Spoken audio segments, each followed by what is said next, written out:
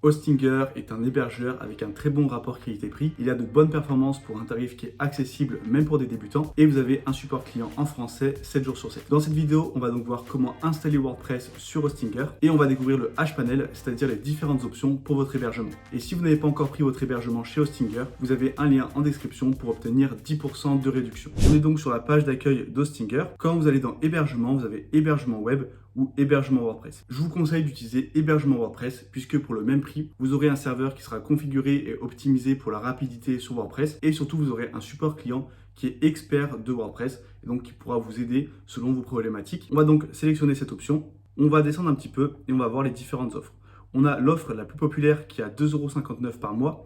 Ce tarif, il ne faut pas vraiment s'y fier puisque ça, c'est quand vous prenez une longue période d'engagement. Vous allez voir que si vous engagez uniquement mensuellement, le tarif sera un peu plus élevé. Mais en gros, si vous créez votre premier site, vous pouvez soit commencer avec Single WordPress, vous voyez que c'est pour un seul site web et que vous allez avoir une seule adresse email. Et ensuite, au niveau des performances, il n'y a pas énormément de différence. Là, on a 0,75 Go de RAM contre 1 Go ici. Si vous voulez créer un seul site WordPress, que c'est un petit site et que voilà, vous êtes débutant, que vous n'avez pas trop de budget, vous pouvez prendre cette option. Et sinon, si vous voulez créer plusieurs sites sur le même hébergement et que vous voulez améliorer légèrement les performances, vous pouvez prendre ce pack. Donc, une fois que vous avez choisi votre pack, vous faites commander. Et là, vous voyez que pour obtenir 2,59 € par mois, il va falloir s'engager sur 4 ans. Donc, c'est un très long engagement. Moi, je vous conseille peut-être de vous engager uniquement sur 1 an.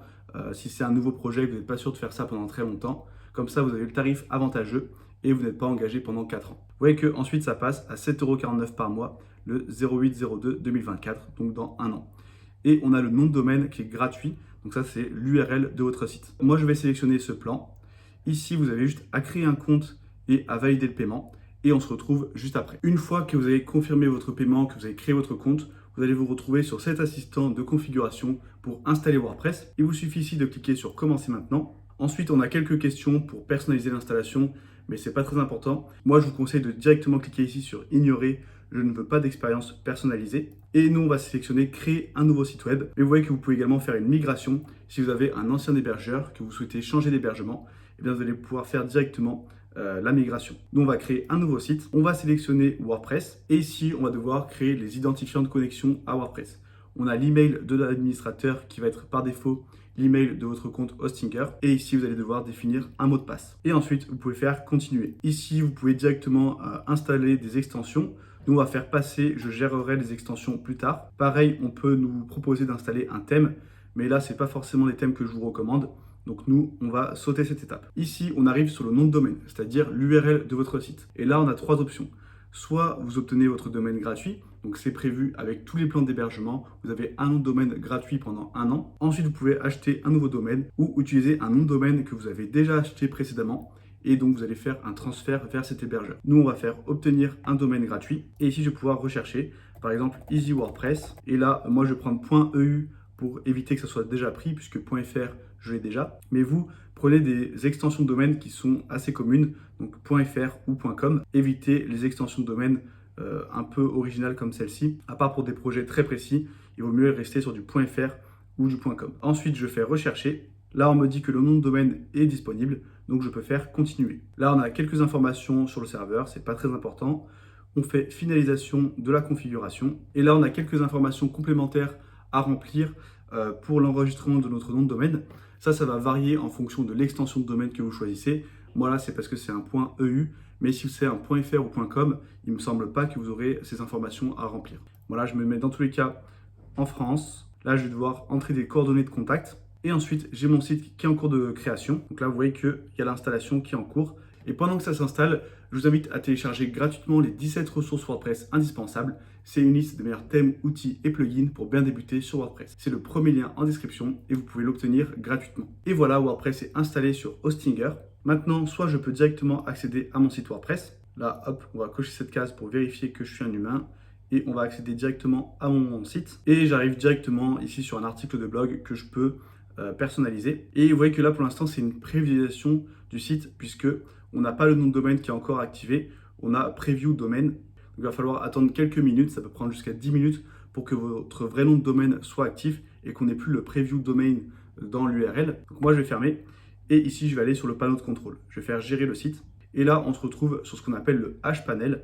c'est ici qu'on va pouvoir gérer les différentes informations liées à notre hébergement. Quand je suis sur cette interface, je peux aller sur l'accueil et ici je vais retrouver mes différents hébergements, mes différents noms de domaine et mes adresses email. Dans le site web, on aura les différents sites qui sont installés. Moi pour l'instant j'en ai un seul et les autres onglets on verra un peu plus tard. Et quand je suis ici, je peux faire soit modifier le site web pour aller sur WordPress.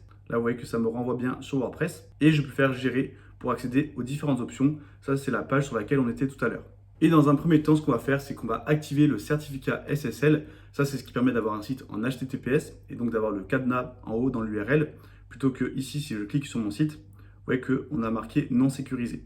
Pour cela, je vais ici dans l'onglet certificat SSL et normalement, vous avez une installation automatique. Là, vous voyez que ça a échoué. Donc, ce que je peux faire, c'est aller dans gérer et ici, vous pouvez cliquer sur les petits points et faire réinstaller. Là, je fais réinstaller et j'ai mon certificat SSL qui est en cours d'installation. Vous voyez qu'ici, il est en train de s'installer et une fois qu'il sera activé, eh bien, j'aurai mon site en HTTPS. Ensuite, je peux aller dans Email et là, je vais pouvoir me créer un email professionnel avec mon nom de domaine. Là, je vais faire gérer et vous voyez que je peux avoir une adresse email gratuite. Donc, je fais ici sélectionner et là, je mets par exemple contact@easywordpress.eu et il va falloir entrer un mot de passe pour ma boîte mail et je fais créer. Là, on a les informations pour configurer sur, par exemple, Gmail ou Outlook, notre boîte mail. Et si vous ne voulez pas faire l'installation manuelle, vous pouvez cliquer ici sur compléter et accéder à votre boîte mail directement depuis Hostinger. Vous voyez que ici, j'ai mon adresse mail. Je peux aller dans Web Mail. Là, j'ai juste à me connecter et j'aurai ma boîte mail avec mon adresse mail professionnelle. Donc, pour la retrouver, c'est très simple. Vous allez ici dans Email. Là, on a notre email qui a été créé. Je fais gérer et ici je retrouve le lien vers le webmail. Vous pouvez également créer une nouvelle adresse mail. Vous pouvez mettre en place une redirection. Donc là, ça va automatiquement rediriger tous les emails qui arrivent sur votre mail professionnel vers votre mail personnel. Donc là, je peux cliquer sur créer une redirection. Là, vous voyez que tous les emails qui sont envoyés à cette adresse, eh bien, on peut les rediriger à une autre adresse mail. Et vous pouvez choisir d'enregistrer ou pas les copies des emails transférés. Moi, je vous conseille d'enregistrer les copies. Comme ça, une fois que vous voyez que vous avez reçu des emails, vous vous connectez à la boîte webmail depuis Hostinger et vous y répondez. On va maintenant voir comment accéder au compte FTP. Ça, c'est ce qui permet de modifier les fichiers de WordPress. Par exemple, si vous vous connectez à FileZilla, je ne vais pas rentrer dans les détails dans cette vidéo puisque c'est un peu plus technique, mais je vais juste vous montrer l'emplacement au cas où si ça vous intéresse. Donc, on va dans site web, dans gérer. Et ici, si je descends un petit peu, on a fichier et compte FTP. Et là, vous avez toutes les informations pour votre accès FTP. Si vous ne savez pas ce que c'est et que ça vous intéresse d'en savoir plus, je vous affiche une vidéo juste au-dessus où je vous explique comment ajouter votre site WordPress à un logiciel FTP comme FileZilla et pouvoir modifier tous les fichiers, par exemple les fichiers des plugins ou des thèmes. Et au lieu de passer par un logiciel comme FileZilla, vous voyez qu'on a ici le logiciel, vous pouvez accéder directement aux fichiers depuis Hostinger. Donc ça peut être pratique. Je fais accéder aux fichiers de Easy WordPress. Je vais dans Public HTML et ici en fait je retrouve tous les fichiers qui correspondent à mon site WordPress.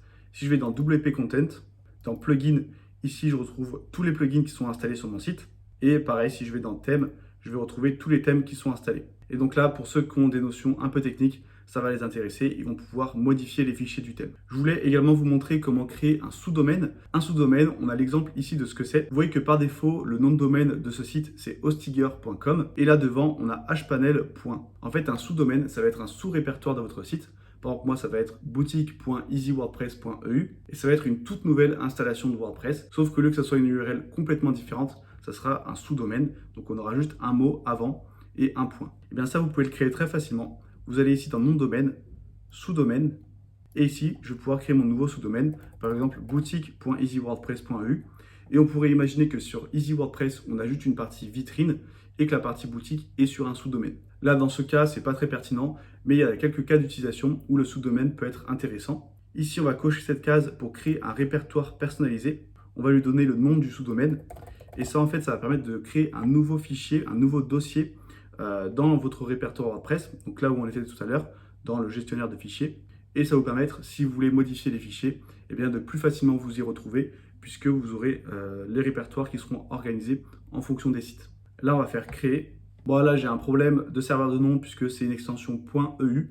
Mais vous, si vous avez pris un .fr ou un .com, vous n'aurez pas ce problème et vous pourrez directement créer votre nom de domaine. Ensuite, vous pourrez aller dans Site web, Installateur automatique. Ici, vous aurez votre sous-domaine que vous pourrez sélectionner. Vous pourrez cliquer dessus et installer WordPress avec l'installateur automatique qui est juste ici. Voilà pour ce qui est des fonctionnalités de base d'Hostinger. Si ça vous intéresse, encore une fois, vous avez le lien en description pour obtenir 10% de réduction. Et si vous avez installé WordPress sur Hostinger et que vous souhaitez maintenant savoir comment créer votre site, je vous affiche une formation gratuite dans laquelle je vous explique comment créer votre site de A à Z avec WordPress.